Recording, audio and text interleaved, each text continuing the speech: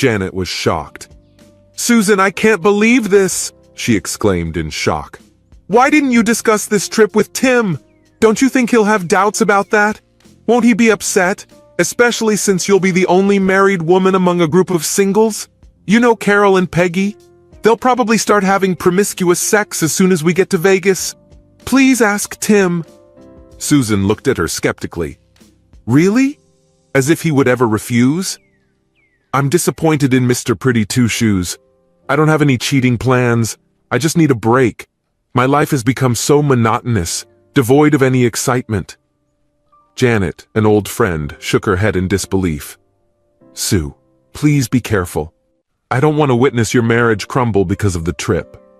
"Marriage," Susan replied mockingly. "What Tim and I share is far from a passion. We've been together for over 22 years, and I've never seen him really passionate about anything. It's like living with a person who lacks enthusiasm." "What's going on with you, Sue?" "I thought you loved him. Why such bitterness?" Janet exclaimed. Susan took a deep breath. "I really love him, but I'm tired of living with such an impeccable person. Tim never shown any signs of irritation, avoids confrontation, and refuses to assert himself. It's like he's letting people trample on him." "Do you remember the incident at the New Year's Eve party? Walt Hurley provoked Tim by calling him a coward. Instead of defending himself, Tim just walked away. He should have taken a position, but he didn't. It made me wonder if he really lacks the courage." Janet noticed Susan's obvious distress and instinctively supported her. "You should talk to him, Sue. Encourage him to be more assertive," she suggested. Susan sighed, expressing her disappointment. "I've tried countless times, Janet, but he firmly believes that cruelty solves nothing. It makes me furious." Susan tried to put on a brave face and smiled, continuing, "That's why I need a break, you know? Just go away for a while. As they say, what happens in Vegas stays in Vegas, right?" Janet smiled back, but she still had anxiety in her heart, because she could not get rid of concern for her friend's emotional state. Undoubtedly, Tim Burns seemed like a good guy. At just over 6 feet 4 inches tall and weighing about 260 pounds, he easily maintained his slim and toned physique by jogging in the morning and exercising constantly. His transition into adulthood began with joining the U.S. Navy immediately after graduating from high school, due to financial constraints. 4 years of service in the Navy laid the foundation for him to realize his main ambition, to go to university. After entering university, Tim enthusiastically took up the study of finance and accounting, and I have an unwavering dedication to my academic path. Despite the fact that he was older than his peers, he took up his studies with unwavering determination, deciding to give up entertainment and parties. His service in the Navy was a thing of the past, and he devoted himself with full dedication to getting excellent grades. At the beginning of his freshman year, the topic took an unexpected turn when he crossed paths with Susan Sims. Their acquaintance took place in the student cafeteria, where they were brought together by a mutual friend. During the meal together, Tim felt lightness and charm in Susan's presence. Susan, with her short dark hair and sparkling blue eyes, was truly charming. The excitement in her gaze was undeniable. Tim couldn't resist and decided to take a chance by asking her for her phone number. At first, this small action led to casual dates, while the two of them cautiously explored the uncharted territory of a budding relationship. But it wasn't long before they realized that they were destined to be together. One evening, after a delicious dinner and returning to the dorm, Tim made a spontaneous decision. He drove the car to a local park and turned off the engine. With nervousness and anticipation, he turned to face Susan. "Just let's talk," she replied, her eyes full of curiosity. "Oh yeah? You see, we have been together for several months now, and I have an irresistible desire. Oh no, it's more than that. I really need to express my feelings to you." Sue sat patiently, a hint of excitement shining in her eyes. "This is incredibly difficult," Tim muttered, his self-confidence wavering. "Sue, I'm in love with you and I can't imagine my life without you. I want to spend the rest of my life with you, to be your partner in everything." He let it slip, and his face turned crimson. Sue, with a mixture of surprise and tenderness in her voice, whispered, "Tim, why are you so sure? I've never experienced anything with you other than kissing and holding hands. So how can you be sure that you love me?" There was a hint of surprise on Tim's face as he looked at her. "Sue, I appreciate you very much. I would never try to use you for my own purposes. Why should I disrespect you?" he replied. "Disrespectful?" she exclaimed. "Why do you think that physical intimacy between two people who genuinely care about each other humiliates a woman? Tim, I'm not sure if you really love me. It seems like you want a woman akin to Mother Teresa, without any desires or human impulses." Sue leaned back, disappointment showing on her face. Tim raised his hands defensively, urging Sue to pause. "Wait, Sue," he said. "It's not what you think. It's just that in 4 years of service in the Navy, the women I came across were not particularly learned. I just wanted to make sure that I treat you with the respect you deserve." He paused and spoke again in a soft voice.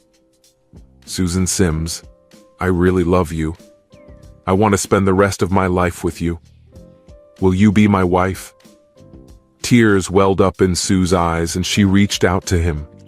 "Oh, Tim, my love for you knows no bounds. You have the most amazing qualities, sweetness, caring, and empathy that I've ever met.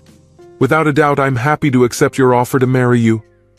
In a burst of tenderness, their lips met, and passion overwhelmed them as they succumbed to each other's desires in the back seat.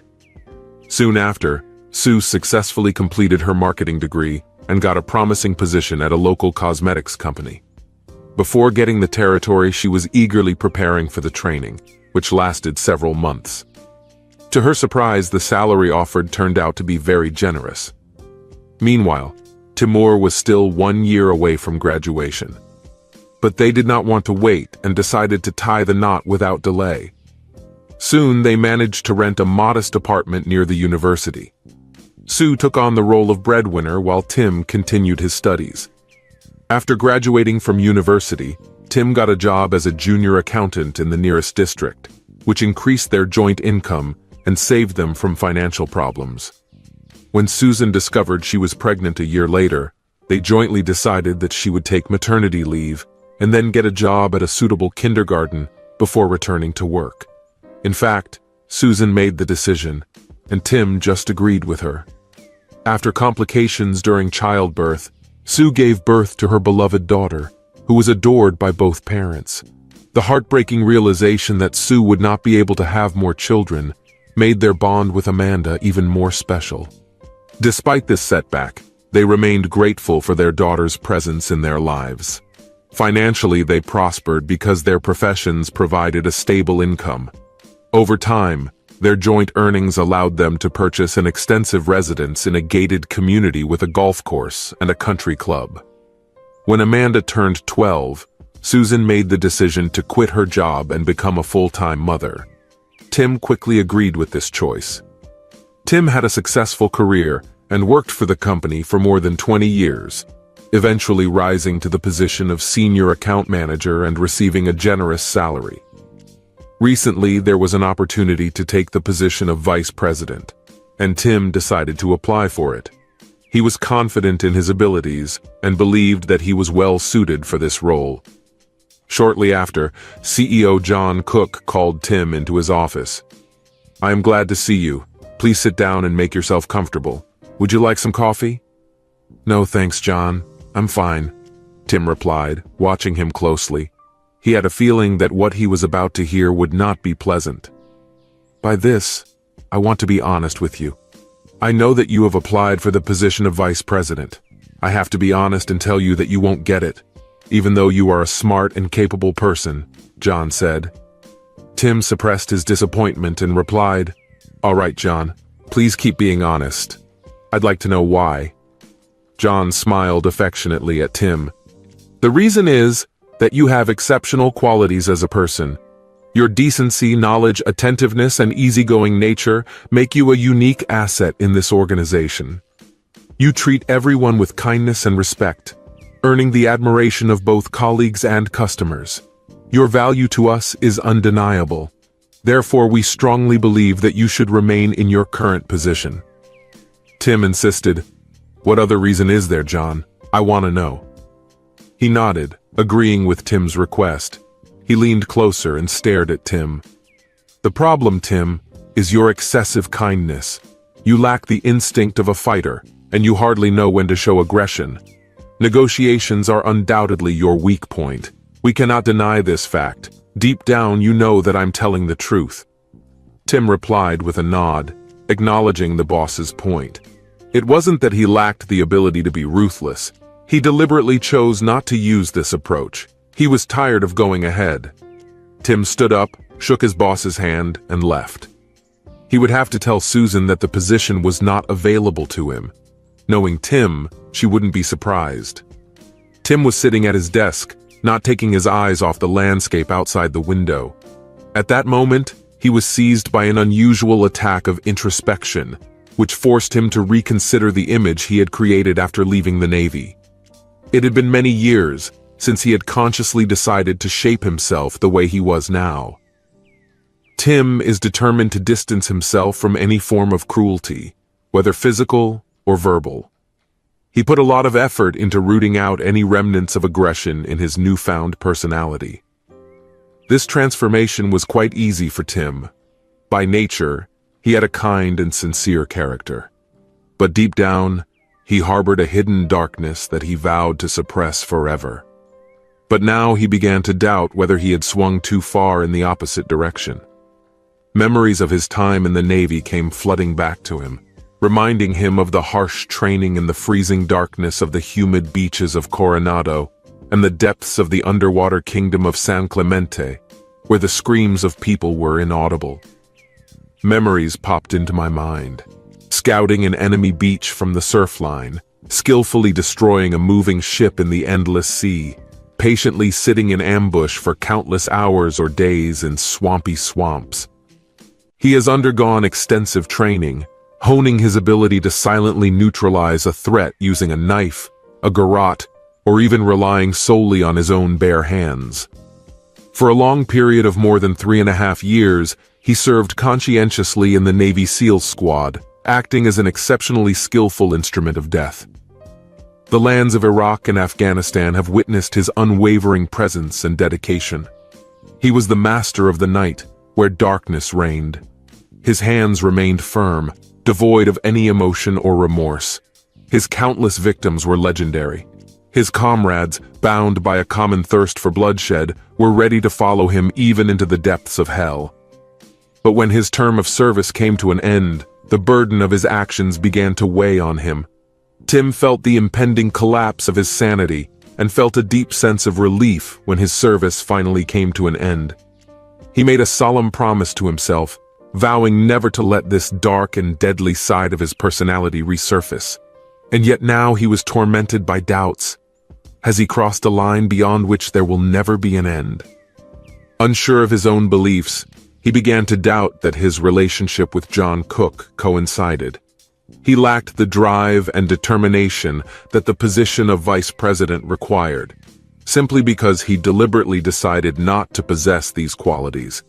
He realized that he had reached the highest level in the company and would remain in his position forever. But has his carefully crafted facade begun to show signs of weakness? The thought of having to discuss his conversation with Cook with Sue terrified him. He knew that the last few years of their marriage had been far from blissful. Sue was often impatient and irritable, often resorting to criticism of him. At times, their communication became tense. Tim felt a strong note of contempt in the air. He was well aware of his tendency to lose his temper easily, so he learned to control himself and avoid possible conflicts. It was obvious that he and his companions had drifted apart. Memories of the recent New Year's Eve party flashed through Tim's mind, especially the moment when he almost let his anger get the better of him. Drunk, Walter Lee muttered, "Hey, Timmy, my dear boy, have you grown a spine yet?" Hurley, towering to an impressive height of 6 feet 5 inches, joined him with a mocking laugh. Tim, not wanting to give in to anger, stood motionless and looked at Hurley. Susan was silent at this time, not taking her eyes off Tim. Tim assured himself, "It's all right, Timmy. I won't let their words affect me." Continuing Hurley's condescending tone, Tim silently walked away, still laughing merrily. The atmosphere at home that evening was tense and uncomfortable. Susan was looking forward to the opportunity to come into conflict with him. "What's going on with you?" she hissed angrily. "How could you let that jerk humiliate you like that? He made you look weak and stupid. Why didn't you stand up for yourself?" Exhausted, Tim replied wearily, "What exactly would you prefer me to do, Sue? Should I have resorted to physical violence? Or maybe a witty answer would be more appropriate." "He was very drunk, and I didn't want to make a scene. I decided to leave it as it is." Sue looked at him with disdain and replied sharply, hinting that it was preferable for him to look like a coward. Sometimes I doubted her behavior. Then she dramatically left the room. That night, none of them could sleep peacefully. Tim couldn't stop thinking about their current situation. It went beyond that one night. There was something wrong with their marriage. Sue constantly showed indifference, and their intimacy completely disappeared. Tim felt a growing disunity, especially since Sue's lack of interest annoyed him very much. Tim found himself attracted to a woman who, as it turned out, was not interested in him from a romantic point of view. As he stood at the turning point of his life, confusion and apprehension filled his thoughts. The polished facade that he had carefully created began to crumble, and he could not decide on his next path. Deciding to dismiss these concerns, Tim shook his head and put them aside for a while. That evening at dinner, Tim told Sue about his recent conversation with John Cook. Sue, of course, reacted dismissively to this, waved her hand dispassionately, and declared that she was not at all surprised. Sue casually talked about the upcoming trip to Vegas with her friends while watching a regular TV show. Tim, taken aback, asked which group of girls she had mentioned and expressed surprise that they had not discussed it earlier. Annoyed, Sue impatiently replied that it was Jen, Carol, Peggy, and herself, saying that they were just going to have a good time and that Tim shouldn't react like that. Despite her response, Tim continued to insist and express concerns about the status of her friend's relationship and the appropriateness of the trip. Sue abruptly turned off the TV and attacked him in annoyance. "Yes, it's perfectly appropriate. I will strive for my own desires," she said, and went into the bedroom. Feeling the chaos engulf him, Tim exhaled deeply, realizing that the situation could get even worse before there were signs of improvement, if at all. Returning home in the evening, Tim noticed Sue's suitcase, which served as a constant reminder of her upcoming trip to Vegas. Overcome with curiosity, he succumbed to temptation and unzipped the suitcase, coming across a collection of new and seductive underwear from Victoria's Secret, decorated with tags indicating that she had not purchased or worn these items for a significant period of time. His facade was crumbling, exposing the deep flaws of his character. Sue's voice broke the silence, announcing that dinner was ready. Tim took down the suitcase and hesitantly asked where she would live. Caught off guard, Sue replied with a note of surprise. "We'll be staying at Rio, but please don't contact me there. If you need to contact me, use my mobile phone. It will be turned on." Tim nodded, fully aware of his responsibility. He got up early on Friday morning, carefully preparing for work and not disturbing Sue. He arrived at the office ahead of everyone else, determined to fulfill his duties in good faith. Determined and focused, he settled down at his desk. There is no need to waste any more time. It's time to start getting paid for services rendered, he muttered softly to himself, reaching for the phone. "Venetian, how can I help you?" A pleasant female voice greeted him. "Can I talk to Ron Smith, please?" Tim asked. "I'm not sure if the chief has arrived yet. Would you like to leave a message?" "What is it?" the voice asked. "Please try to contact him anyway," Tim insisted. After one call, the phone was taken off. "Smith," a deep voice replied. "Hi, Ron, this is Tim Burns." Tim spoke softly into the phone, and there was a short silence. It's been a long time, Ron. How are you? Tim asked, his voice filled with concern. He then explained his situation and asked Ron for help. I don't care which hotel she mentioned, Tim. We'll track them down and keep you posted. We won't lose sight of them, Ron assured him confidently. I will contact you regularly and give you the latest news, he added. After a short pause, Ron expressed his sympathy. I'm sorry, Tim. You deserve better than this, and remember, I'm here if you need anything. You just call me, Ron said. As a caregiver, he knew that they never forgot. After expressing his gratitude, Tim hung up the phone and took a break from solving the current problem for a while. Ron Smith, the head of security at the Venetian Hotel, had extensive contacts with the security managers of other hotels in the area. Tim believed that Ron would keep his promise. Thinking about the possible options, Tim has devoted many hours over the past week to thinking about the chosen course of action. He scrupulously assessed the possible disadvantages and the likelihood of success. He diligently took numerous notes and created spreadsheets to help himself in making decisions. He saw a minimum of flaws. He was filled with self-confidence and determined to move forward. Reaching for the phone again, he dialed a number that required long-distance communication. A female voice who introduced himself as Corallo Simon answered. Can I talk to Sam Corallo, please? Tim asked. I'll transfer you to his personal assistant. Please wait. Another female voice replied, Mr. Corolla's office. Tim asked, May I speak to Mr. Corallo, please? Tell him it's Tim Burns. Unfortunately, the response was, I'm sorry, but Mr. Corallo is currently unable to receive calls. Darling, Tim said softly, could you find out what this is about? If Sam doesn't join the conversation within 2 minutes, there's a chance your job will be in jeopardy. Just tell him that Tim Burns is looking for him, and please do it immediately.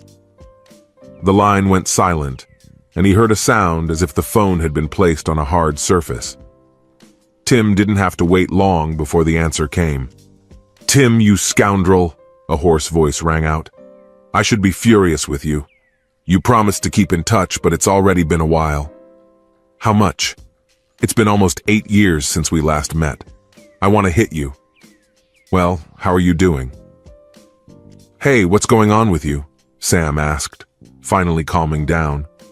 Tim grinned and replied, Well, I tried to climb the corporate ladder, but I never reached the heights that you have reached. I'm very glad to hear from you, Tim. It's been too long, Sam said sincerely. I feel the same way. We definitely need to keep in touch, all of us.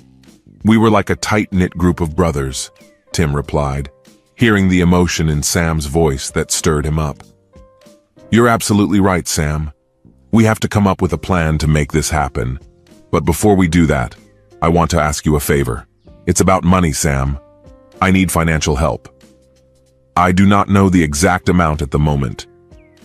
Tim shared his plans with Sam Corallo. Okay, Tim, I will open a line of credit in my bank for several $1 million. You can use it whenever you need it. If the funds run out, I can add another couple million.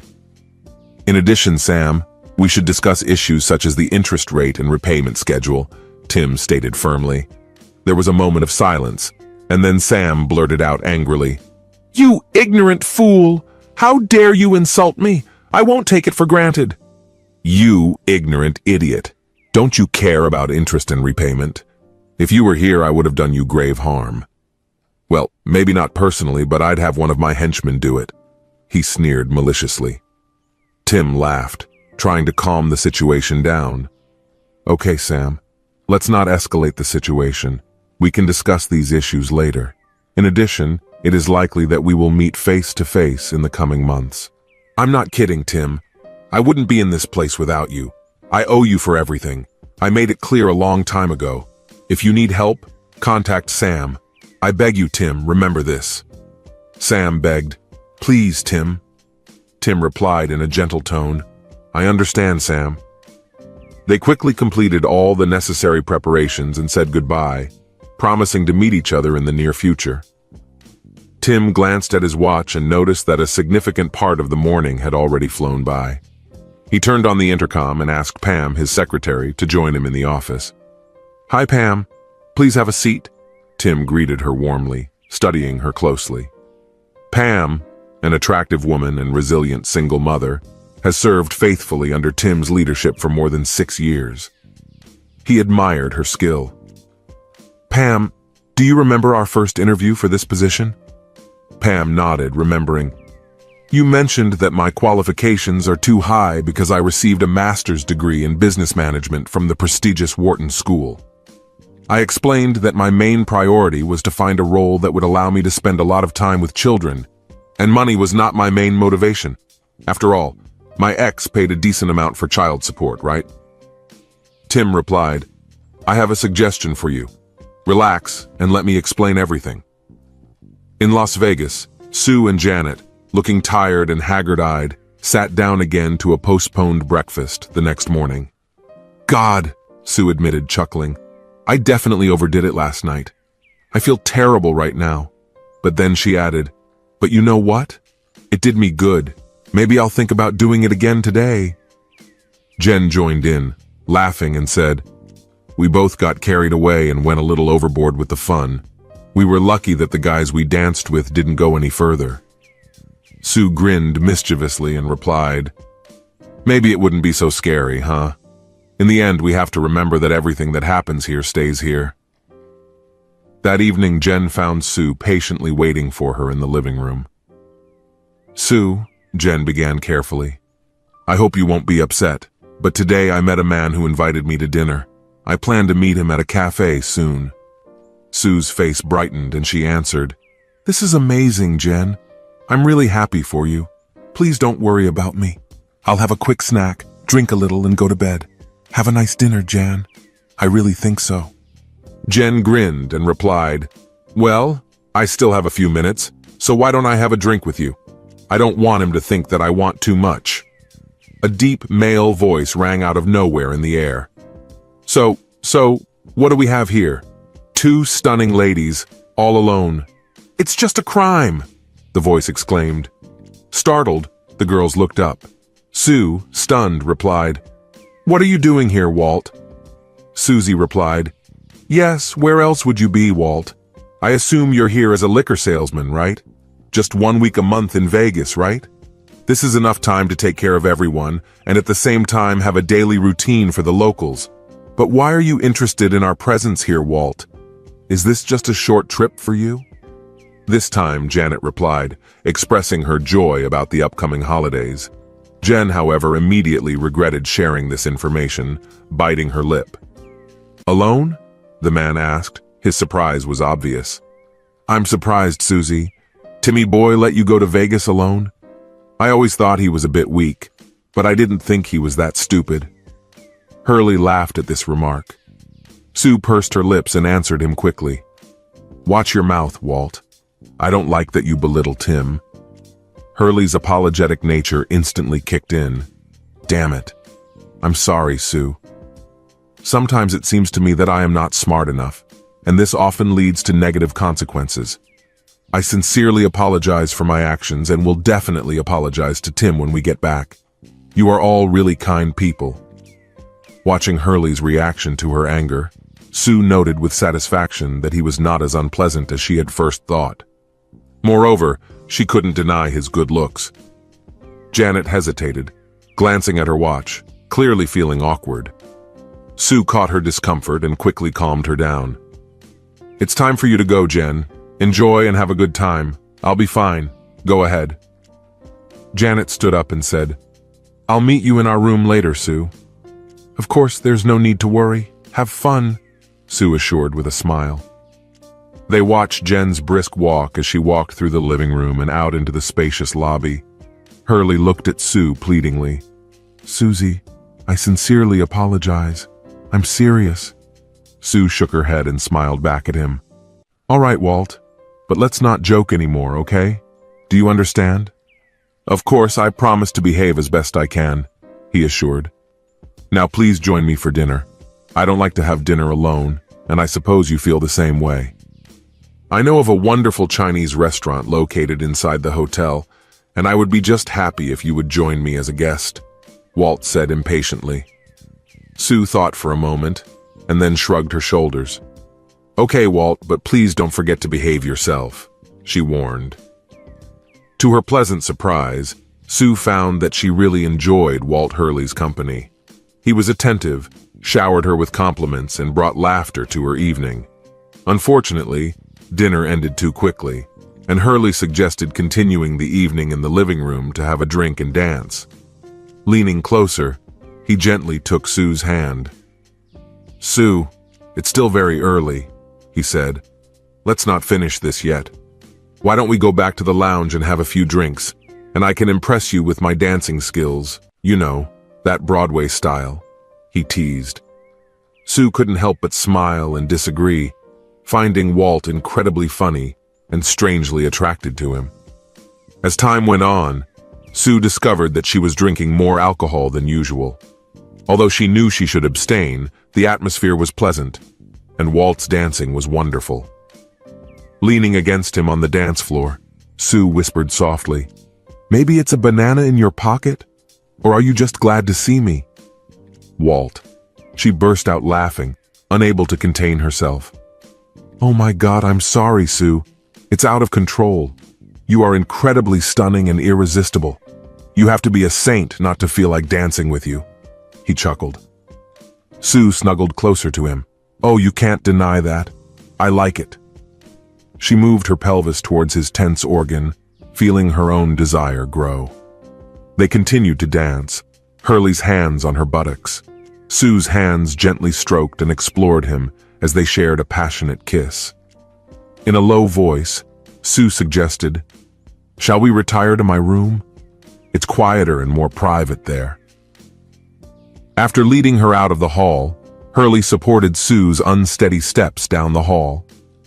"It looks like you've had too much," he commented with a defiant grin. Sue laughed in response, and they entered his room. The atmosphere quickly heated up when the clothes were discarded, which led them to intimacy. Later, Sue suddenly realized the seriousness of her actions and hurriedly left, leaving behind a smug Hurley. On Saturday evening, Tim had a quick snack, and then found himself in the living room with a newspaper that he didn't want to read. It suddenly occurred to him that Sue had made no attempt to contact him since she left on Friday morning. When he called the Rio Hotel, he found that neither Sue nor her friends had registered as guests. Tim was not stunned by this discovery. Overwhelmed with emotions, he felt like a stranger to himself. A sickening emptiness gripped him. His marriage seemed to have reached a tipping point, and he had the feeling that he was on the verge of collapse. Susan's indifference and condescending demeanor gradually eroded over time the deep bond they once shared. If Susan really betrayed their vow, their marriage might not withstand such a blow, and with it, a piece of Tim's soul would perish. The shrill ringing of the phone abruptly interrupted his thoughts, forcing him to answer. Ron's voice rang out on the other end, confirming Tim's suspicions. He said that Susan had become involved with Walt Hurley, a well-known womanizer in their neighborhood. Ron calmed Tim down and warned him against making impulsive decisions. Overwhelmed with emotion, Tim was unable to respond immediately. The news of Susan's infidelity and Hurley's involvement hit him like a punch in the stomach, causing him great pain. Ron advised him to take a break, pour himself a drink, and commit to not divulging confidential information. In a state of shock, Tim was shaking and clinging to the arms of the chair, tears cascading down his cheeks. He was overcome by a deep sense of sadness and loneliness, and realized that the woman he adored had heartlessly betrayed him. He struggled with the pain, trying to find a way to deal with it. The initial shock gradually turned into boiling anger directed at Hurley. Vindictive thoughts began to creep into Tim's head, and he began to think about how to ruin Hurley. But at one point, he realized that he was embarking on a dangerous path, and his dormant, victorious instincts burst to the surface. Taking control of his emotions, Tim reminded himself of the kind of person he had tried so hard to become, and did not allow himself to slip into a dark place. Realizing the harsh reality of his ruined marriage, Tim realized that he had to make a difficult decision. Resigned to the fact that the marriage was irreparable, He could not sleep peacefully in the same bed that he once shared with Sue. Having carefully packed his things, checked into the hotel and plucked up the courage, he decided to meet Susan on her return. Susan and Janet rescheduled the plane trip home in an atmosphere of tense silence. Janet's anger flared up after she found out about Susan's unfortunate oversight, which led to a bitter and heated quarrel between them. But when the plane began to descend, Janet turned to Sue and gently took her hand. In a sincere tone, she expressed her desire to preserve their cherished friendship. "Listen, Sue. Let's not let this incident ruin what we have. Whatever decision you make, I will always support you. But it is still important to recognize that the days ahead will not be easy." Fully aware of the difficulties ahead, Sue responded with a sincere confession. "I understand, Jen. As I have already told you, I was under the influence of alcohol and made a mistake that I regret. I despise what I did, but I have to come to terms with what happened. By hiding this from Tim, I won't do him any harm, especially considering our meager, intimate life." Janet's eyes narrowed suspiciously. "So you refuse to tell him about it? You know I won't say a word, but what if he finds out the truth in the future? The consequences could be even more serious. No, let's not get into an argument again. Let's just take some time to think about it." There was an uneasy silence in the room again. After the plane landed, Janet picked up the car and drove Sue home. Saying goodbye, they hugged warmly and kissed tenderly. "Good luck, Sue," Janet whispered softly as Sue walked up the path with her suitcase. Sue shook her head decisively, lifted her chin confidently, unlocked the door, and stepped inside the house. To her surprise, Tim was already sitting in his favorite chair. "Hello, dear. Did you miss me?" Sue greeted him with a brave smile. "We had a great time, but it's nice to be back home." But Tim's gaze remained cold as he sternly ordered her to sit down. "Tell me about your trip. What made her so incredible?" He spoke softly, but there was an unfamiliar power in his voice that struck Sue. She felt intimidated for a moment, but quickly pulled herself together. "I'm tired, Tim.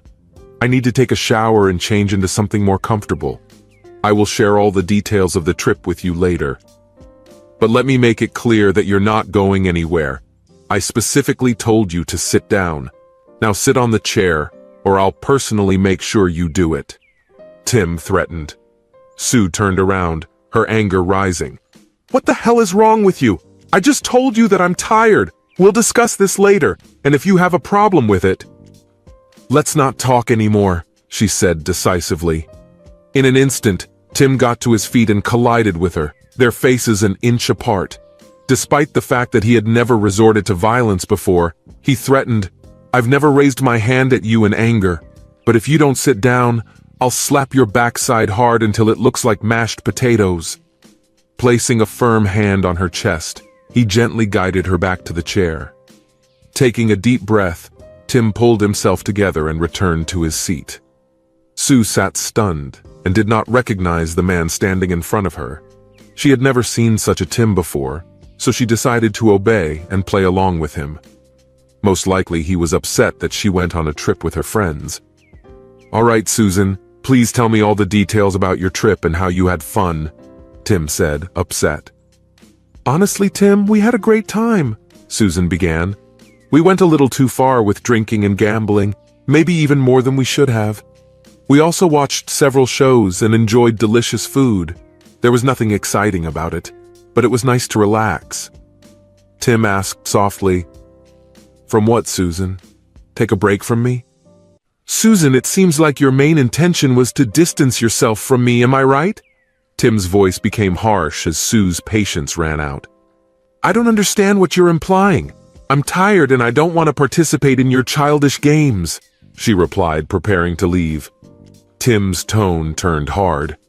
"Stay where you are, Susan. Our conversation is far from over," he snapped back. "Tell me honestly, Susan, how many men have you dated behind my back? How many times have you betrayed our relationship? I sincerely want to know." Sue remained sitting in place, Her face lost color, and her heart was frozen with fear. Reflecting, she wondered, how much does he really know? Or is it just a figment of his mind? In a desperate attempt to refute her actions, she launched an attack. You're crazy, you pathetic man. How dare you accuse me of being unfaithful or dishonest? Have you been drinking alcohol? What possessed you? You're a sneaky person, she whispered venomously. Suddenly a smile appeared on Tim's face. You are not only a cheater, but also a skilled liar. I must admit that you've had plenty of practice tricking me over the past few years. I understand, Susan. I am well aware of your romantic encounter with Hurley in Las Vegas. I'm disappointed by what you did, and I admit it's hard for me not to feel angry with you. Did you really believe that you could behave like that without consequences? I'm wondering, Susan, how many times in the past have you behaved like this? How many other men have you let into your life? Susan was shocked to realize that her secret had been revealed, and the confrontation with her husband made her feel shocked. She silently condemned herself for her stupid choice and lack of judgment. Tim paused, seemingly deep in thought. What really puzzles me is that I once believed that I loved you. I used to believe that the woman I loved still exists. But recent years have led me to believe that she has completely changed, becoming unrecognizable and promiscuous. Well, now you're free to have intimate relationships with Hurley and anyone else you want, Susan. You won't have to worry about your husband finding out the truth, because you won't have a husband for a long time. Susan sat trembling and turning pale. This version of Tim was completely unfamiliar to her. She had never seen him so furious, so detached. She had never encountered such a side of him before. Please, Tim, she begged desperately, her voice trembling. Please give me a chance to explain everything. I messed up everything. I made a terrible mistake, and I know it.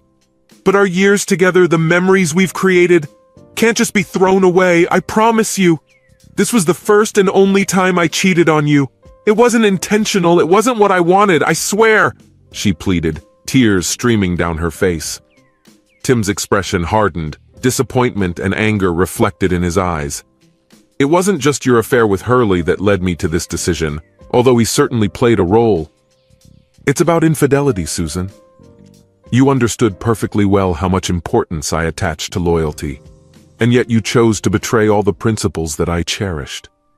It is undeniable that without loyalty and trust, no relationship will last.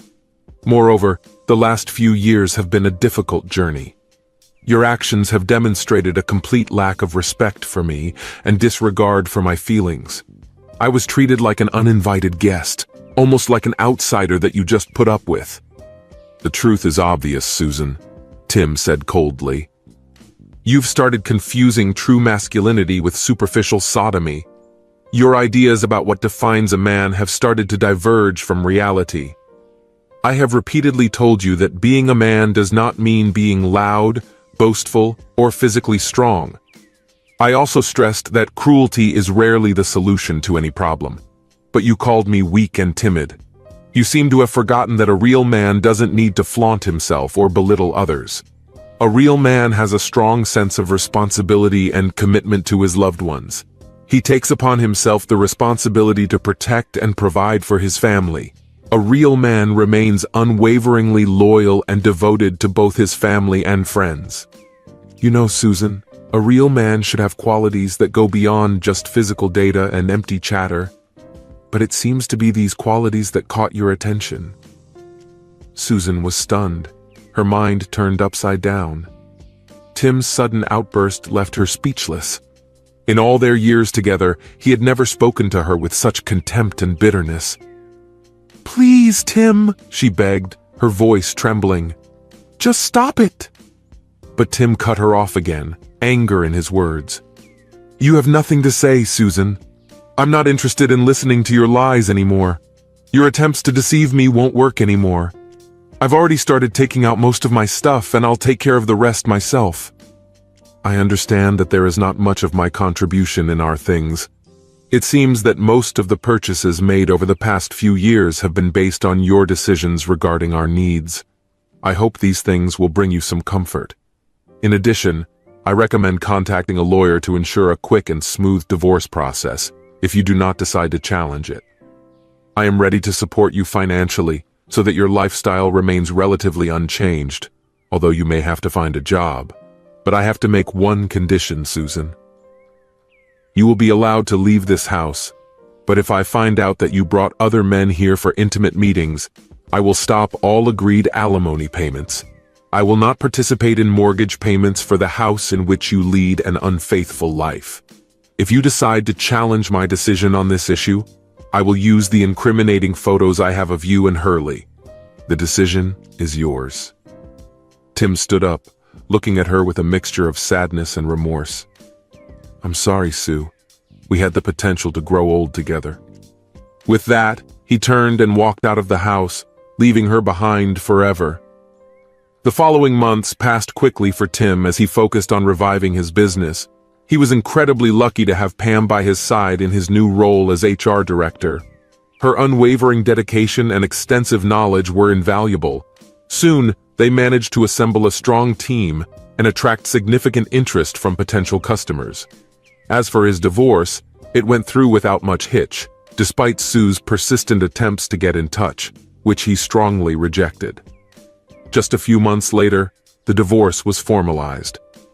All this time, Tim has been in constant contact with his daughter Amanda, often talking to her since the day he left. She constantly reminded him of his mother's suffering and desperate desire to do everything possible to reconcile. Tim calmly repeated to her that it was simply not feasible, and in the end, she gave up trying. Tim assured her that he would keep in touch with her, and true to his word, he did not forget to call her every week. While Tim was in his office, a messenger delivered a large brown envelope to his new secretary, Kim. She informed him through the intercom. Tim, you have received a FedEx package from Doug Klein. Should I bring it? Tim was well aware of its contents. His lawyer called him the day before. A cold shiver ran through his body, and he ordered Kim to hand him the envelope. As soon as she left, he remained motionless, frozen on the unopened package. Inside were documents confirming his newfound bachelor status and the dissolution of his marriage. Without taking a step or breaking the seal, he just stared at the package. The very fact of receiving this parcel aroused strong emotions in him, which he considered long buried. A wave of melancholy swept over him, and he sank into a deep void.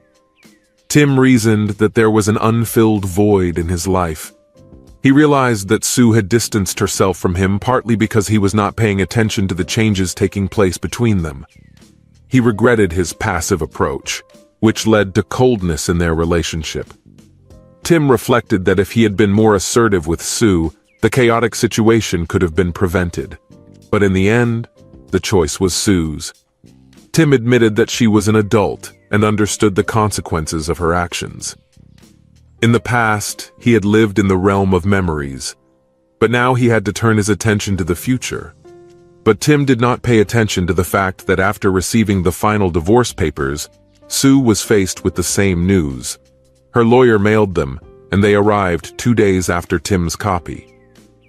Sitting at the kitchen table, Sue stared at the envelope, not daring to touch it or open its contents. Deep down, she knew what was there. Her face was haggard, and tears welled up in her eyes again. She fought the urge to let them fall, trying to regain her composure, and yet she could not come to terms with the death of her marriage. Knowing that her love for Tim was unshakable, she acknowledged that her own choice had brought her to this moment. And yet, despite racking her brain for alternatives, she found that she had not found a single unexplored solution. Desperately trying to find a way out, she went over all the possible options in her mind. Meanwhile, Tim continued to be haunted by memories of Walter Hurley. A few months after their divorce was finalized, he decided to start visiting the bar that Hurley sometimes frequented.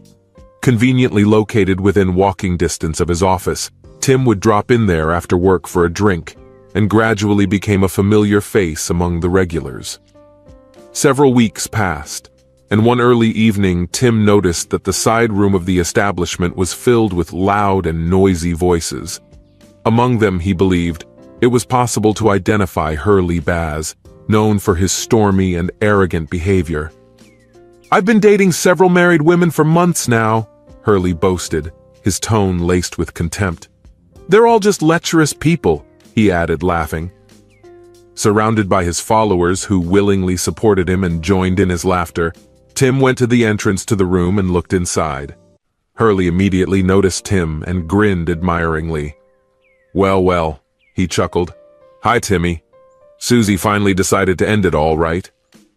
Walt was mocking laughter escaping from his lips. "Couldn't keep up with me, could you?"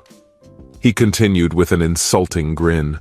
"Who in their right mind would even think about being with a pathetic loser like you, Walt? An adult toy would be the best option," Tim replied calmly, not taking his eyes off his opponent. Anger surged through Walt's veins. "You insolent brat! I will make sure that you show respect to your leadership," he growled, lunging at Tim. The subsequent events unfolded too quickly for anyone to realize them. Hurley felt an unexpected force that caused him to crash into the table, and it collapsed under his weight. When he managed to get up, rage flared up in him, as evidenced by his fiery gaze. He gripped the empty beer bottle tightly in his hand, and his heart was filled with a sinister desire for revenge. "You despicable bastard, I swear I'm going to end you," Hurley muttered venomously. Unbeknownst to the others, a faint grin appeared on Tim's face as he watched Hurley approach. But a few moments later, Hurley was back on the ground. As a result of the reckless attack, he had many bruises and fractures, as a medical examination will later show. During a violent argument, Tim suffered a ruptured spleen and significant damage. After quickly calling 911, both an ambulance and the police were sent to the scene. After a thorough investigation, it was determined that Tim acted in self-defense, and no charges were brought against him. When the commotion had subsided and the police had finished their investigation, Tim got up and left the bar, heading home. Surprisingly, he felt a sense of relief, not because he had harmed Hurley, but because he had managed to maintain his composure and not take Hurley's life, despite the fact that he had the opportunity. This case made Tim think that sometimes using a certain degree of cruelty can be a reasonable solution to some problems. As the months passed, Tim's newly founded company prospered even more. Tim carefully selected only the most outstanding specialists with extensive experience in the industry, and duly noted their contributions. In addition, he ensured that all his clients were treated with the utmost respect, fairness, and sincere concern for their well-being. He discovered that the secrets of business triumph are not as complicated as they seem at first glance. The main thing is to provide exceptional services. He strove to be honest in his dealings and took all possible measures to maintain the trust of his clients. This principle proved successful, and he became the leader of a thriving enterprise. But despite all his achievements, he could not find true happiness and satisfaction. The reason for his discontent eluded him, and he deliberately avoided delving into it. The burden of lost love and a lonely existence has fallen on his shoulders, a secret that he has not shared with anyone and may never share. But after a while, he realized that he had sincere feelings for Pam and decided to ask her out on a date. Tim's life changed next to the smart and kind Pam. He felt again what it means to be loved. And Sue continued her miserable life alone. She also had to look for a job, but after a long break in the profession, it was extremely difficult. Sue found a job as a cashier in a supermarket, a job she had never dreamed of. Amanda's daughter called her mother once a month. After Amanda found out about her mother's infidelity, she felt disgusted with her and did not want to see her at all. Andrew and Courtney Simpson, a married couple who have been married for more than 10 years, made a conscious decision to delay the birth of children. Despite their strong desire to become parents, they decided to wait until they had a stable career and could comfortably provide for their future family on one income. Both were in their 30s. Andrew excelled as a civil defense attorney, and Courtney specialized in contract law, representing a well-known local firm in their hometown. After careful consideration, they finally reached the desired level of financial security they had been striving for. They made a mutual decision to attend the first national convention of the American Bar Association, an event they were looking forward to. As they set off on the long journey to the planned headquarters hotel, where they had rooms booked, the main topic of their conversation was the upcoming parenthood. Although they agreed that the time had come, Court confessed her worries and concerns. But it was during the board's reception on Wednesday evening that their world suddenly turned upside down. The evening started on a positive note. They enjoyed a pleasant atmosphere and communication with their colleagues in the legal field. As the official part of the reception was completed and the evening continued, the atmosphere became livelier, an abundance of drinks, dancing, and noisy conversations. Amid the fun, Drew noticed Court's playful demeanor, which always hinted at the promise of passionate intimacy in the future. Courtney, an attractive woman with an interesting personality, had a mischievous and flirtatious streak that never made itself felt. This evening was no exception. On the contrary, Drew had a calm and restrained demeanor, which was completely atypical for a person of his profession, a trial lawyer. In society, he tended to take a back seat, enjoying watching people and their interactions. But if he was approached with a request for a conversation, Drew willingly joined in the conversation and actively participated in it. Although he rarely entered into discussions with strangers, he spent a significant part of the evening on the dance floor, moving gracefully with different partners, and was looking forward to returning to their hotel room. A spark lit up in his eyes as he met his wife's captivating dark green eyes. There was an alluring, mysterious attraction in her gaze, and he immediately felt the desire to enter into intimacy with her, even in a noisy club. Leaning closer, she revealed to him a teasing look at her hips. A soft, approving whisper escaped her lips, and she purred seductively. "Tonight, my love, I want to indulge in exciting pleasures," she said, not taking her eyes off him. He could feel her impatience, the shared anticipation that permeated them. "I feel it too, dear," he replied, his voice filled with longing. "Let's go into the unknown. Let's explore this new city together. Do you see familiar faces?" Drew instinctively scanned the area for familiar faces. After a quick look around, he replied, "No, I don't think so. What's going on?" It was clear that she meant something significant, and he couldn't help but realize the gravity of the situation. Although he felt shocked and hurt, Drew, as an experienced lawyer in court, knew better than to betray his true emotions. The origin of this revelation was a mystery to him, and he wondered about its source. The only sign that caused him concern was his wife's initial hesitation about having a child. But recently she agreed to it. "I understand, but what about us?" he asked, wanting to clarify the situation. Unfortunately, she chose to ignore his question. Although she was not a trial lawyer, she was able to interrogate witnesses and not be distracted, despite attempts to distract her attention. Sighing, she pressed his hand tightly against her intimate area. "Have I fulfilled my duties as a good wife? Throughout our 15-year journey together, have you ever questioned my unwavering love and complete devotion to you? Since we decided in our freshman year to devote ourselves exclusively to each other, can you remember at least one moment, at least one case when you had doubts about me? I admit that I can engage in harmless flirting, but have you ever felt insecure watching my actions?" She seemed to have made the rookie mistake that lawyers often make. She asked a question without knowing the answer, but there was really no mistake because she knew the answer. "No. I never doubted your commitment to our relationship until today, but suddenly everything changed. Why is it so sudden?"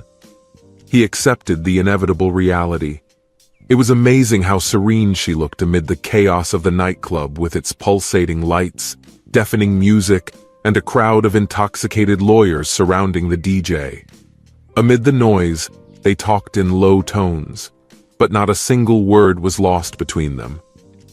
I've informed you that I'm ready to give birth.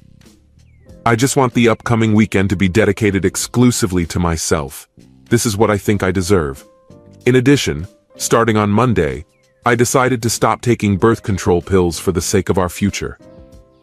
In response, she rejected his hand, leaned back in her chair and crossed her arms, emphasizing her generous cleavage, which indicated that the discussion had come to an end. "I get it. Have you already made a choice?" He instinctively knew the answer to his question. "Yes," she replied in a low but determined tone. "Okay, just one last question. What compensation are you willing to offer? What type of compensation do you have in mind? Please don't play games with me.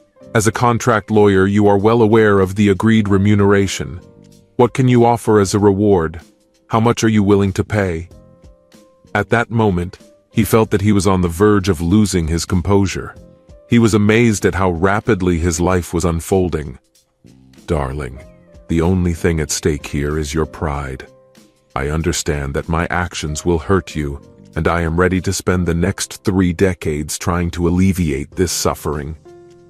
This is completely unrelated to our current situation. We have a few more days left at the hotel before we have to leave on Saturday morning. I will return to our room on Friday evening and we can focus on starting a family. We're going to be fine. This marks the end of our relationship, which lasted 15 years and more than 10 years of marriage. This means the end of our dream of a family. We will not experience the joy of children's parties, birthdays, first days at school, graduations, weddings, and happiness from grandchildren in our arms." She didn't even react to the intentional offense, as if it didn't matter to her at all. "Okay," he said, feeling the need to pull away. He left without looking back, ignoring her calls. Courtney felt a sense of satisfaction, thinking to herself that everything had turned out better than she could have imagined. She put aside thoughts of their uncertain future meeting and turned her attention to her intended goal. Smiling seductively, she looked into his eyes, and then got to her feet and silently approached him. Although his name escaped her attention, their recent provocative dance did not leave her memory. Surprisingly, until now, the thought of betraying Drew had not crossed her mind. But in an instant, she made a fateful choice that would change her life forever. Drew vaguely remembered returning to the room. He vaguely remembered that someone had asked how he felt during the elevator ride, but his head was spinning with confusion. He was in a state of mild shock, reflecting on the events that had occurred. It all seemed surreal, as if he was trapped in a nightmare. Until a few minutes ago, his thoughts had been occupied with fantasies of passionate intimacy with Court, and now his marriage had suddenly collapsed before his eyes. Time seemed to have stopped as he sat on the edge of the bed, staring at the empty wall in front of him. Eventually, a glimmer of determination dawned in him, and the plan began to take shape. He realized what he needed to do and gathered his strength to move forward. Despite the fact that it took 3.5 hours to get home, Drew realized that he had a couple of days to sort everything out. While he was thinking, it dawned on him that Courtney was completely ignoring his presence for the next 48 hours. This realization gave him enough time to attend to urgent matters. When he woke up the next morning, the first thing he did was report the theft of their shared credit card. Perhaps, if fortune favored him, an unsuspecting hotel maid would stumble upon Courtney's abandoned purse and quietly take it away without warning anyone. Deciding not to interfere with the affairs left by his future ex-wife, Drew decided that by relying on the occasional maid's involvement, he could buy time, at least until Tuesday. The divorce procedure itself would be simple and uncomplicated. Their lives were well organized. There were no children, no property, no joint property. Throughout their life together, they kept separate financial accounts and shared expenses equally. Although they received the same income, the completion of the divorce worried them the least. The real problem was to start all over again. Drew quickly packed his suitcase, preparing to embark on a new journey. For a moment, he thought about leaving her a note, but in the end decided against it. and quietly went out into the hallway. He headed for the elevator, passing through the corridor. When the door of the room closed behind him, its booming echo served as symbolic evidence that he was severing ties with his past life. But on his way to the lobby, a sudden realization struck him, forcing him to stop at the reception desk. Worried, he asked how things were going. "My wife is waiting in the car. We have an urgent situation at home that requires immediate departure. Unfortunately, we accidentally left the room keys in the room," he explained. Observing the official behavior of the employee, he concluded that the key cards had been deactivated. When he went outside, a slight smile played on his lips. He was well aware of the trouble Courtney would soon get into. 7 years had passed, and Drew was sitting in the hotel restaurant, leisurely sipping iced tea and patiently waiting to be fed. The workshop proved to be very exciting, offering valuable insights that would undoubtedly benefit his family law practice. Glancing at the discarded newspaper on the worn vinyl seat, he couldn't help but notice the date, which coincidentally marked the 7-year anniversary of his final divorce. Time flew by rapidly. At first, he didn't even realize that he had said these words out loud, and feeling slightly embarrassed, he quickly scanned the surroundings to check if anyone had overheard him. He hadn't thought about Courtney in years. Despite the fact that his divorce went relatively smoothly, the whole ordeal opened his eyes to the injustice inherent in the so-called no fault of the guilty system, especially for those who were offended. In truth, this system was created to satisfy people who could not cope with their own problems, but at the same time behaved like immature children, seeking to create chaos for the other side. A situation arises, and the system intervenes to resolve it on their behalf. These specific cases confirm the well-known saying that no one comes out victorious in a divorce. But anyway, it served as a catalyst for Drew's decision to change his specialization to family law. Delving into this topic, Drew realized that most divorces these days happen simply because both people have made up their minds.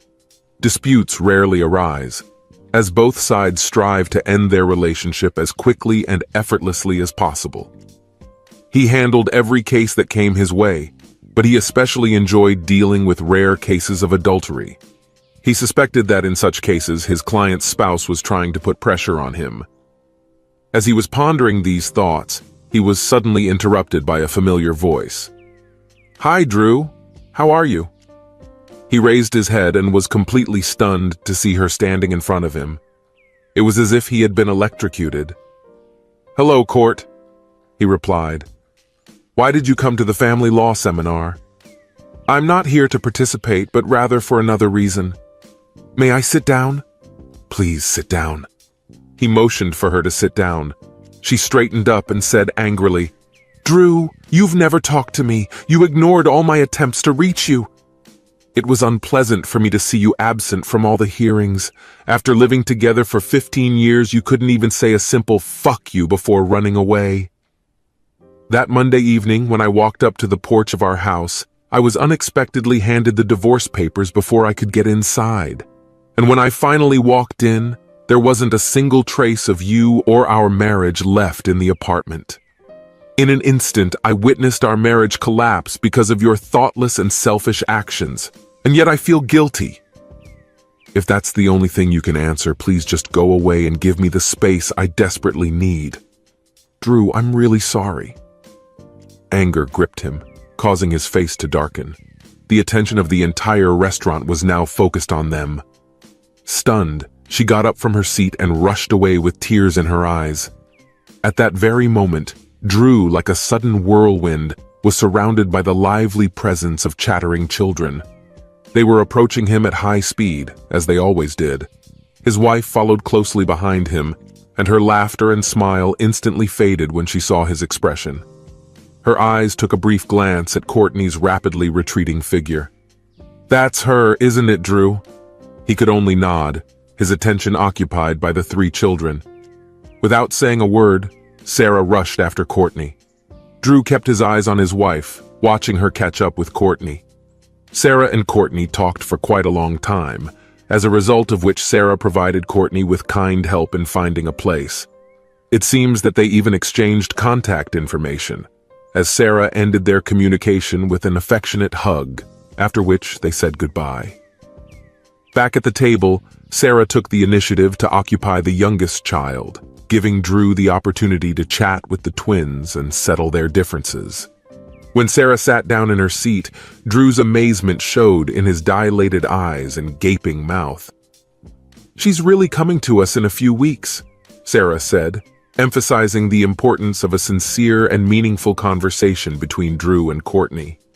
Her adamant tone left no room for objections, and he obediently nodded and began to fight with the two tiny creatures perched on his lap, who now became his entire existence.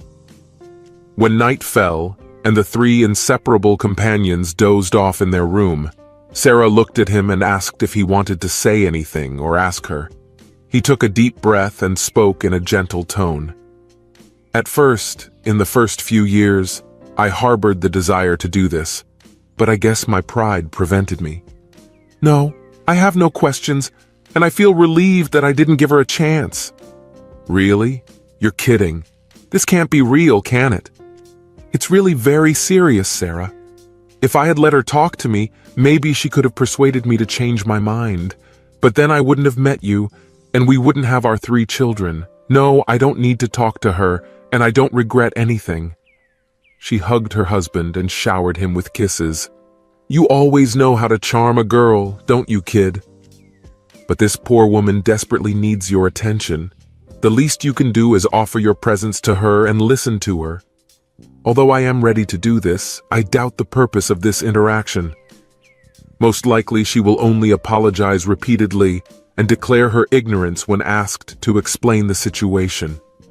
I will still enter into this conversation for your sake, hoping that it will bring her comfort. And yet I don't understand why I should participate in such a conversation. Drew, please show some kindness in this situation. I may not be able to express it, but maybe meeting her will calm your anger and allow you to finally forget about the past. Maybe you're right. The divorce made me rethink my priorities and understand what is really important to me. Of course, I went through the typical emotional upheaval that accompanies the breakup of a marriage, but this failure forced me to study myself deeply, and I would never have taken on this task if she hadn't acted so stupidly. Drew paused, mulling over his thoughts and catching his breath. It is often said that our most significant achievements may be the result of our most notable failures, and I fully agree with this opinion, reflecting on my own experience. Currently, I find great satisfaction in my work in the field of family law, much more than I ever did when I was engaged in civil law. There are times when I genuinely feel like I'm having a positive impact on people's lives. Of course, I may not earn that much money, drive a luxury car, or live in a luxury apartment by the lake, but I've never felt happier in my entire life. As for her, maybe you should ask her this question to better understand the situation. Sarah, why do you need this? I have no qualms about my current situation. He paused for a moment, and then spoke in a voice, slightly raising his voice to a whisper. Perhaps this is not entirely accurate, but I still regret one thing. I should have talked to her mother. She's really a wonderful woman. I am aware of her affection for me, and I sincerely appreciated her presence. Since both my parents passed away, she served me instead of my mother, and I left without saying a word to her. Initially, Sarah believed that meeting Courtney would bring Drew as much joy as she did, and yet, doubts began to creep into her whether this was really the case. Would she force their reunion on Drew so that she could dig up the past he had long since gotten rid of? And even if she wanted to, would she be able to stop it? Surprisingly, Sarah didn't have to make any decisions or take any action. The meeting never took place because Sarah's phone rang after midnight the night before Courtney's arrival. Despite her constant fear of receiving terrible news, she instinctively picked up the phone when the phone rang. On the other end, a woman's voice, clearly worried, said, "Sarah, this is Angela Jones, Courtney's mother. I need to talk to Andrew." Drew was woken up by the bell, and Sarah handed him the phone. "It's me," she said softly. "Andrew, this is Angela. Courtney died yesterday afternoon." These words were accompanied by the inconsolable sobs of a man whose suffering defied description. "I'm sorry. I don't have the words. I feel guilty about all this, Lord." Tears streamed down Drew's face, and he was speechless. Sarah, who had been listening to the conversation, hugged her husband tightly, and tears began to flow too, because she felt guilty. "Andrew, please understand that this is not your fault. She had her own difficulties and she was the cause of her troubles. There's a lot you don't know after the divorce. She got very drunk from grief and got behind the wheel. She also left you a letter. I hid it from the authorities. Only you and I know about his existence. Andrew, what don't you know what to do with him? For now, please keep it to yourself and give me time to think. Can you do that?" "Of course. Andrew, I need you by my side. Will you be able to come?" "I will come as soon as possible. I'm bringing my whole family with me. I want to introduce you to them. My friend Joyce is staying with me now, and I really want to meet your family. Let's meet tomorrow." Unfortunately, our conversation ended abruptly when the phone went off. Exactly 7 days later, on a cool but serene autumn day, Courtney's memorial service took place. True to his word, Drew and his family attended the service. However, there were depressingly few people, which suggests that despite Courtney's impressive career as a lawyer, she lacked real friendships. As a result, her remains were cremated and planned to be scattered in a park that held special memories of the time when she and Drew were together. The weight of losing her daughter because of her own stupidity has become an almost unbearable burden for Angela. But her affection for Sarah and her 3 children grew rapidly. A week later, they affectionately called her Grandma Angie. Angela spoke about the consequences of Drew's departure from Courtney's life, striking him with revelations about reckless behavior, substance abuse, and mental health problems that arose after the divorce. She went on to explain why Courtney was staying at the same hotel as Drew. Courtney disappeared for more than a week after she left with 2 men she met at a nightclub. When she returned, bruises were found on her body, which, according to Angela, was not unusual. In addition, Courtney's professional partnership was on the verge of collapse. Drew couldn't help but marvel at how a single unfortunate impulsive choice ruined Courtney's life.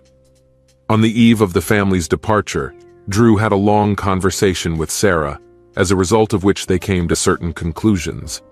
The next day, Drew took Angela away from her family while Sarah entertained the girls. "Angela, we need to discuss a few things," Drew began. "First of all, Sarah and I would like you to think about moving in with us. There's nothing keeping you here at the moment. We understand that this decision may take time, but we sincerely hope that you will seriously consider it. We will be glad to see you here, and if you decide to move in with us, we will help you with the move. Please take your time, think about it, okay? And I also want to call you Mom, do you mind?" Angela replied, touched by Drew's kindness. "Thank you, dear. I promise to think carefully about your offer." Drew hugged her, comforting her as she tried to come to her senses. When she calmed down, he gently brought up the subject, offering to deal with the letter. He suggested throwing it away without reading it, and just throwing it in the fireplace. Although the letter was addressed to Andrew, he admitted that he did not intend to get acquainted with its contents. If she had given it to him, he would have burned it willingly. Still, he wanted to give her the opportunity to keep it if she wished. "I have concerns that reading this letter may spoil our memories of her, reminding us of how she changed after the divorce. I don't want anything to do with this damn letter, so I'm entrusting it to you. If you decide to read it, I ask you never under any circumstances to remember it."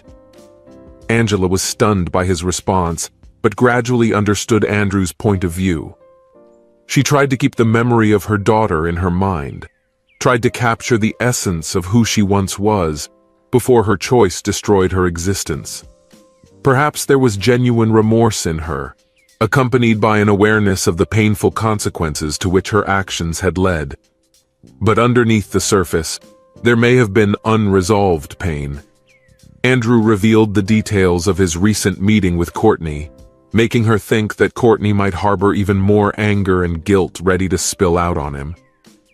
Given Courtney's fragile mental state, especially after her conflict with Andrew, uncertainty clouded the situation. Angela felt depressed. Before they left, Sarah took the opportunity to have a heart-to-heart talk with her. "Please think about living with us," Sarah begged. "We sincerely want you to become an important part of our family's life. I don't think you fully realize how important you are to Drew." Angela thought for a moment and replied, "I promise, dear, I will seriously think about it. It would be great to have the company of young people again."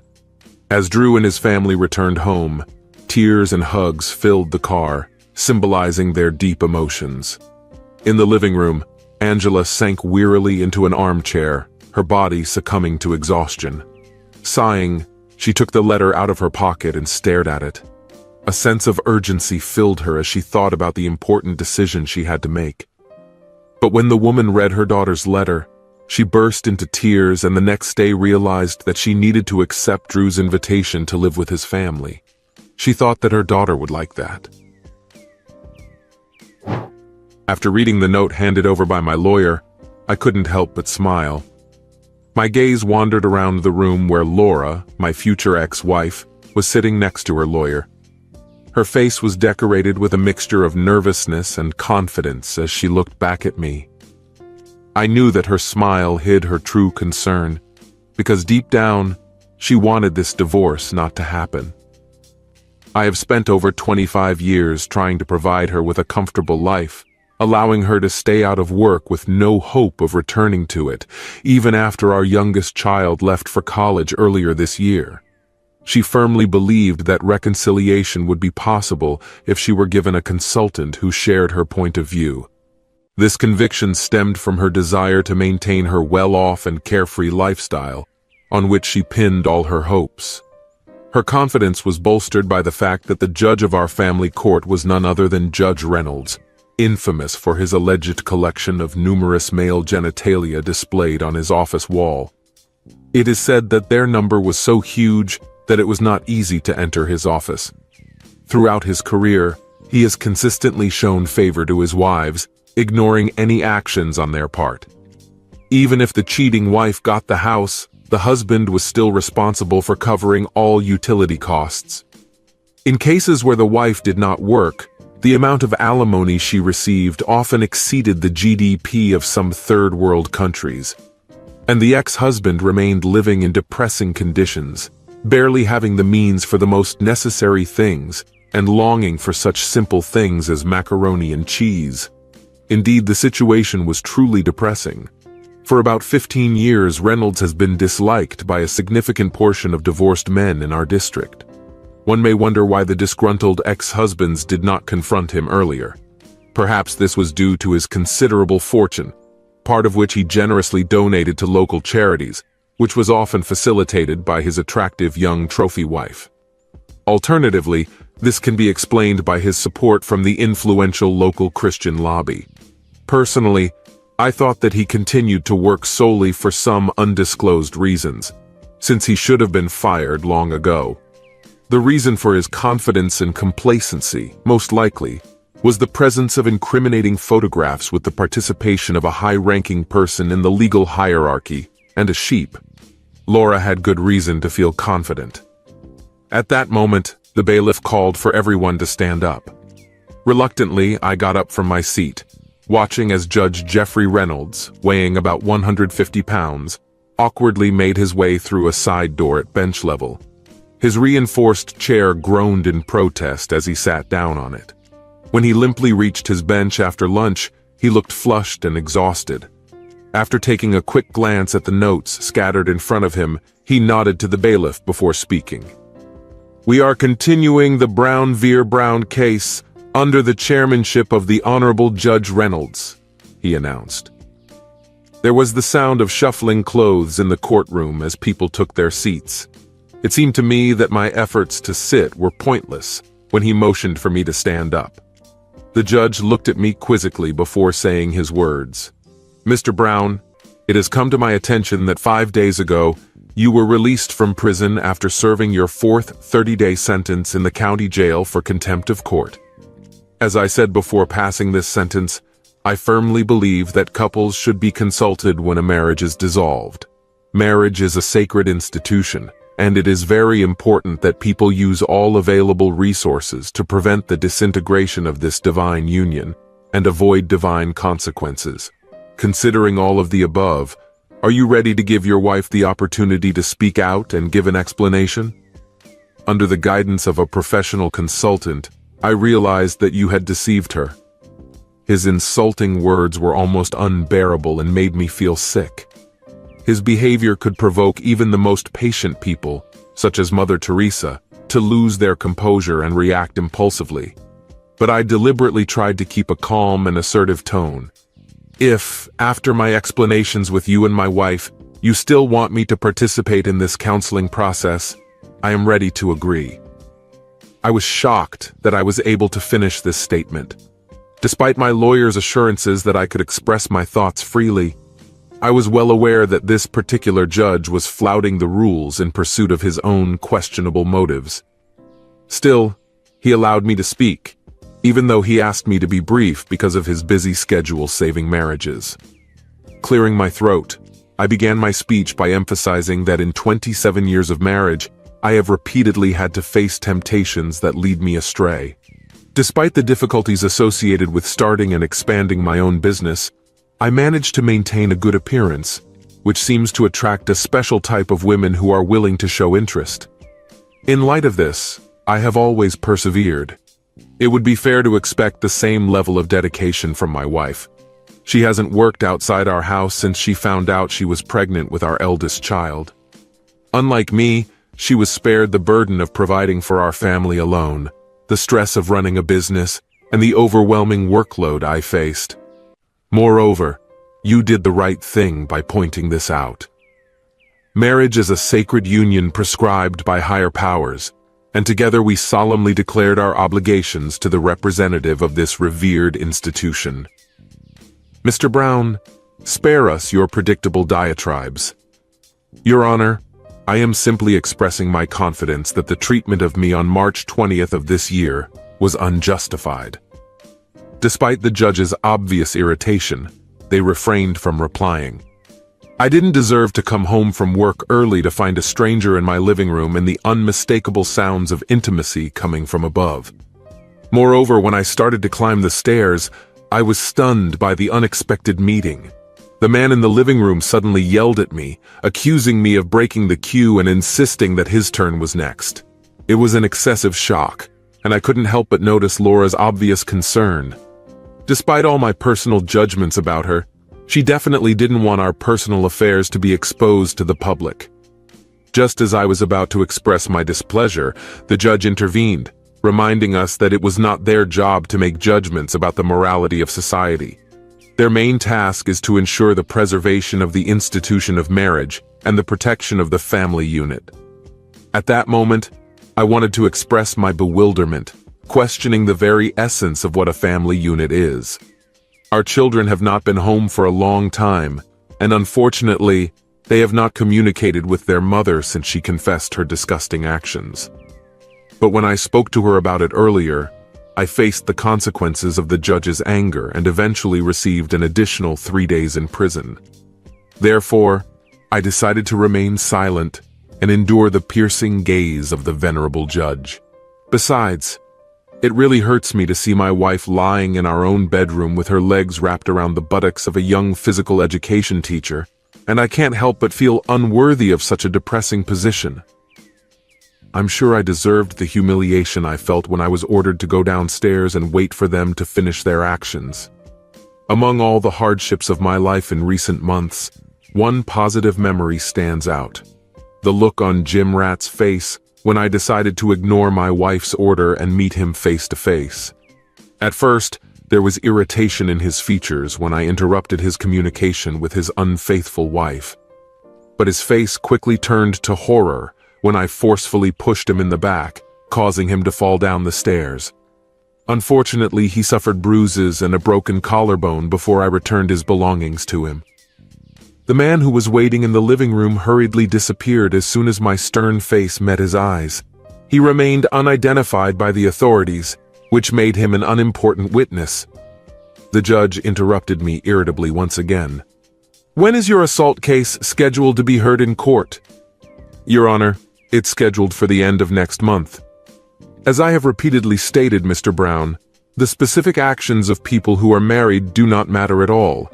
The only important thing is an ethical approach. Even if you came home and found your wife in the company of the entire local football team, it wouldn't bother me at all. I strongly support the importance of preserving the sanctity of marriage and defend the rights of the people involved in it. Domestic violence should never be justified, regardless of whether it is directed at a man who supported his wife during difficulties in their marriage. I stress the importance of seeking professional help from consultants to solve these problems. I believe it is my duty to impose economic consequences on spouses who do not seek counseling or neglect its potential benefits. During the conversation, the content of the smiling man's remarks escaped my attention, and I continued my speech. I turned out to be unworthy of the conversation that unfolded with my wife after her lovers left. Despite the fact that I was a devoted husband and enjoyed her deep affection, it became obvious that now no man would be able to satisfy her desires. She has strongly stated her intention to maintain relationships with other men, leaving me with two options: accept it or file for divorce.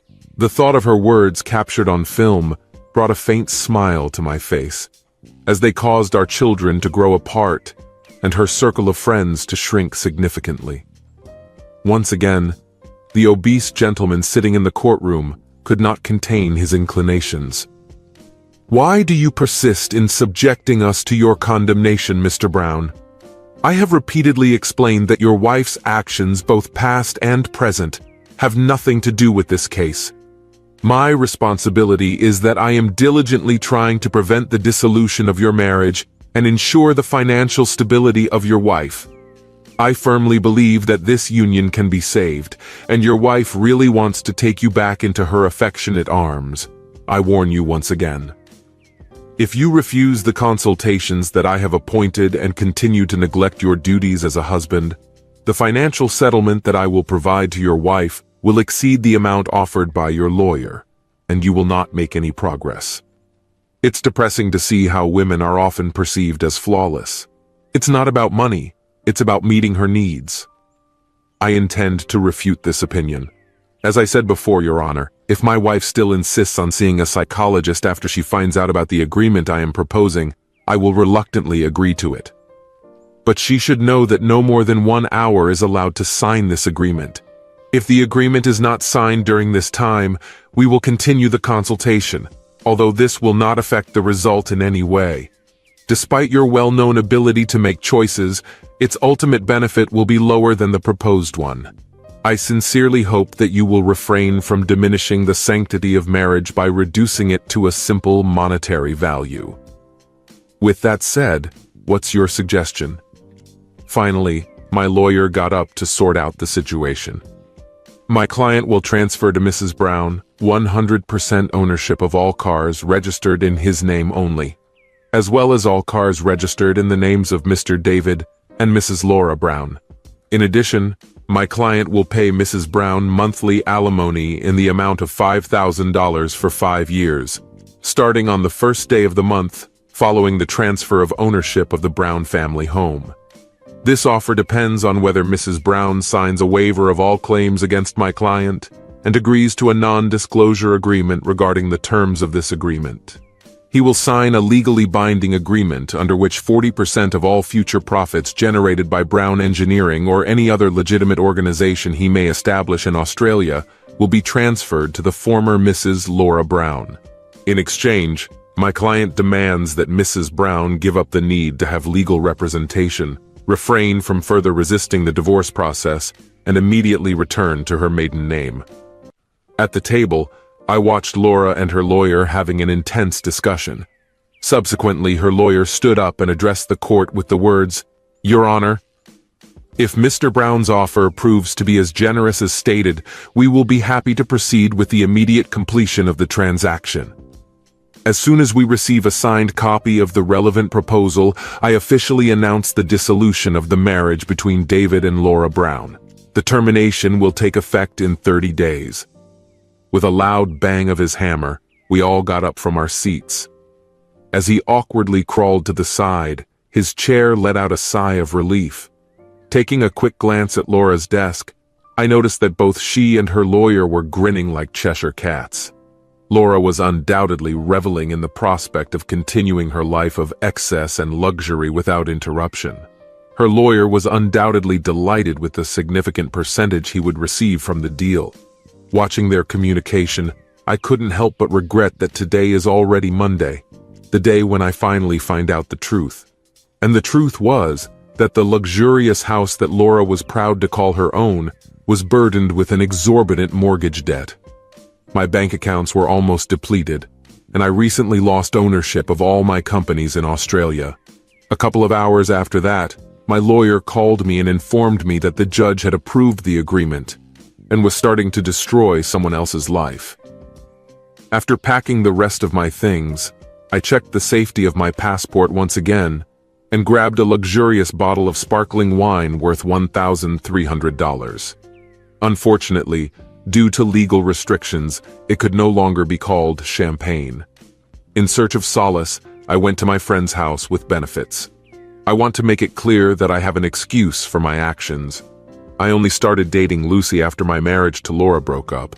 And for all those who condemn me, who may claim that I am still married, I want to clarify that I considered the marriage to have broken up as soon as Laura's actions became public. I am well aware that I am not perfect, so feel free to criticize me as much as you like. Lucy is younger than me, 47 years old, and admittedly not the smartest. But she has a kind and sympathetic character, as well as mesmerizing blue eyes and an attractive physique. These qualities helped strengthen my wounded ego, as she seemed to appreciate my physique and stamina. It took almost 4 weeks to win her over. However, I must make a reservation that my tendency to end up in a local prison prevented me from establishing at least some kind of connection. As soon as I felt the full attraction of her presence, she began to look forward to my company. As soon as the deal was done, I wasted no time contacting her, hoping to arrange a meeting. She said she was free at the moment, but she had business scheduled for 7 o'clock. Knowing about her periodic drinking habits, I tried to wait until we were in the same bed before uncorking the bottle. Without undressing, I went to the refrigerator and returned to the bedroom, carrying an extravagant bottle and a couple of glasses. Lucy's laughter filled the air as she sipped the contents of the first glass and quickly moved on to the second. She seemed to be consumed by an unquenchable desire, and her actions resembled those of an obsessed woman. After being imprisoned for a month, I have accumulated a fair amount, if you get my point. Just as our euphoria began to subside, Lucy's husband squeezed through the doorway with great difficulty. Lucy was in no condition to communicate, but I certainly was. "Greetings, Judge Reynolds," I said calmly. "Welcome back. While you were away, I took the opportunity to help Lucy deal with some of the problems she faced as your spouse. Unfortunately, when it came to charging me with assault, I was unable to do so because I currently live on a tropical island with which our country has no extradition treaty. Deliberately delaying the trial had its advantages, as it allowed my lawyer's partner to effectively prepare for all cases in accordance with my preferences. In addition, I managed to sell my business to a company with a Swiss address for a much smaller amount. Interestingly, a careful study of international documents would have revealed that the new owner is actually my brother. Most of my remaining assets have been liquidated, and the funds received have been transferred to company accounts or stored in a reliable trust fund intended for the education of my children. Thanks to these measures, my children will have the opportunity to study at the best universities both domestically and abroad, and at the same time a significant amount will remain. Naturally, Laura will receive her share upon completion of their education. But since it was supposed to be at least 5 years before that point, I personally didn't care. The disadvantage of my new place of residence was that I could not attend the hearing on the assault case against Judge Reynolds, or, better to say, former Judge Reynolds. As soon as the initial shock of me being in bed with his wife passed, he violently attacked me with his fists. Lucy, still reeling from the alcohol and my caresses, tried to intervene. Unfortunately, he quickly knocked her to the floor with a strong elbow blow. I let him hit me once, then quickly incapacitated him with a knee to the groin. The incident was captured on a camera mounted on a bedside table, and an impressive visual report was obtained. For attacking Lucy, he faced serious consequences, including expulsion from the Law Society and a 2-year prison sentence.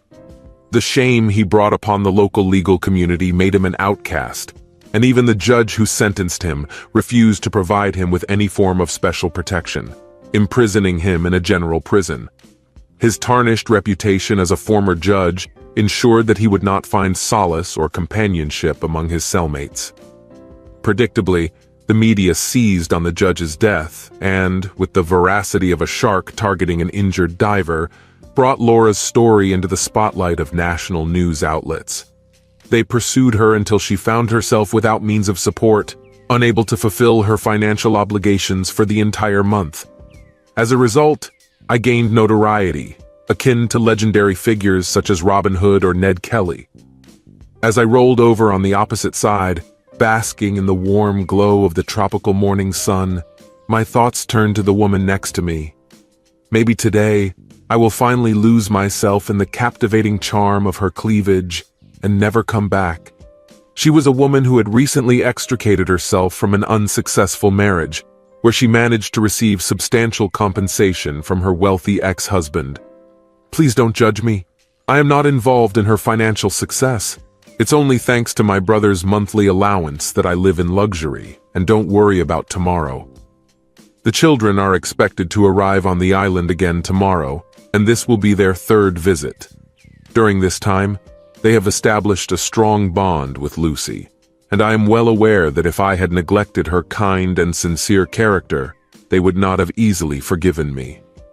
No doubt they will bring me the latest news about Laura's recent reckless actions. Before they arrived, I already knew about her misadventures. She lost her house, left our neighborhood in disgrace, and now lives in a small 2-room apartment, moonlighting as a waitress. Time has not been kind to her, and she looks older than her years. During their first visit, the children tried to convince me to forgive her, but I presented them with video evidence of how I entered the bedroom that day, as well as her subsequent confession and demands. This quickly stopped their persistent attempts to convince me to show leniency. Although they still answer her calls, our once close relationship, built on mutual respect, has been irreparably damaged. Sometimes I wonder if she has the strength to drive trains. But enough about the negativity, it's time to start our day. A radiant smile graced Lucy's face, even before she carefully opened her captivating blue eyes. In the end, after Jeffrey Reynolds was released, he turned into a non-entity.